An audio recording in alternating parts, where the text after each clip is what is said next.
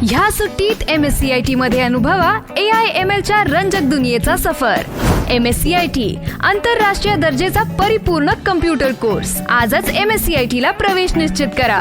MSCIT course powered by AI। निवडणुकीचे वारे वाहत असल्याने पोलीस यंत्रणा सध्या डोळ्यात तेल घालून दक्ष आहे। कोणतेही अनुचित प्रकार घडू नयेत यासाठी पोलीस मित्र देखील सतर्क झाल्याचं दिसून येत आहे। पोलिसांनी रसायनी परिसरातून 2 वेगवेगळे गुन्हे उघडकीस आणलेत। यात 2 तरुणांच्या मुसक्या आवळण्यात स्थानिक गुन्हे अन्वेषण शाखेच्या पथकाला यश आलंय।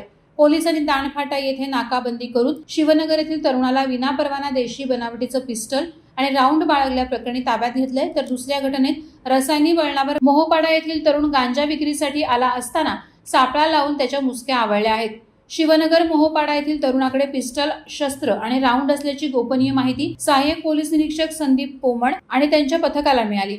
शिवनगर परिसरात राहणारा सौरभ मुकुंद विश्वास वय 24 वर्ष हा विनापरवाना देशी बनावटीचं पिस्टल सोबत बाळगत असल्याची माहिती मिळाल्याने मुंबई पुणे जुना महामार्गावर RR रोडवेज समोर पोलिसांनी नाकाबंदी करत सापळा लावला। या सापळ्यात सौरभ आयतात सापडला। त्याच्याकडे एक देशी बनावटीचं पिस्टल आणि एक राऊंड असा एकूण 26,000 रुपयांचा मुद्देमाल मिळाला। याबाबत खालापूर पोलीस ठाण्यात गुन्हा दाखल करून अधिक तपास करण्यात येत आहे।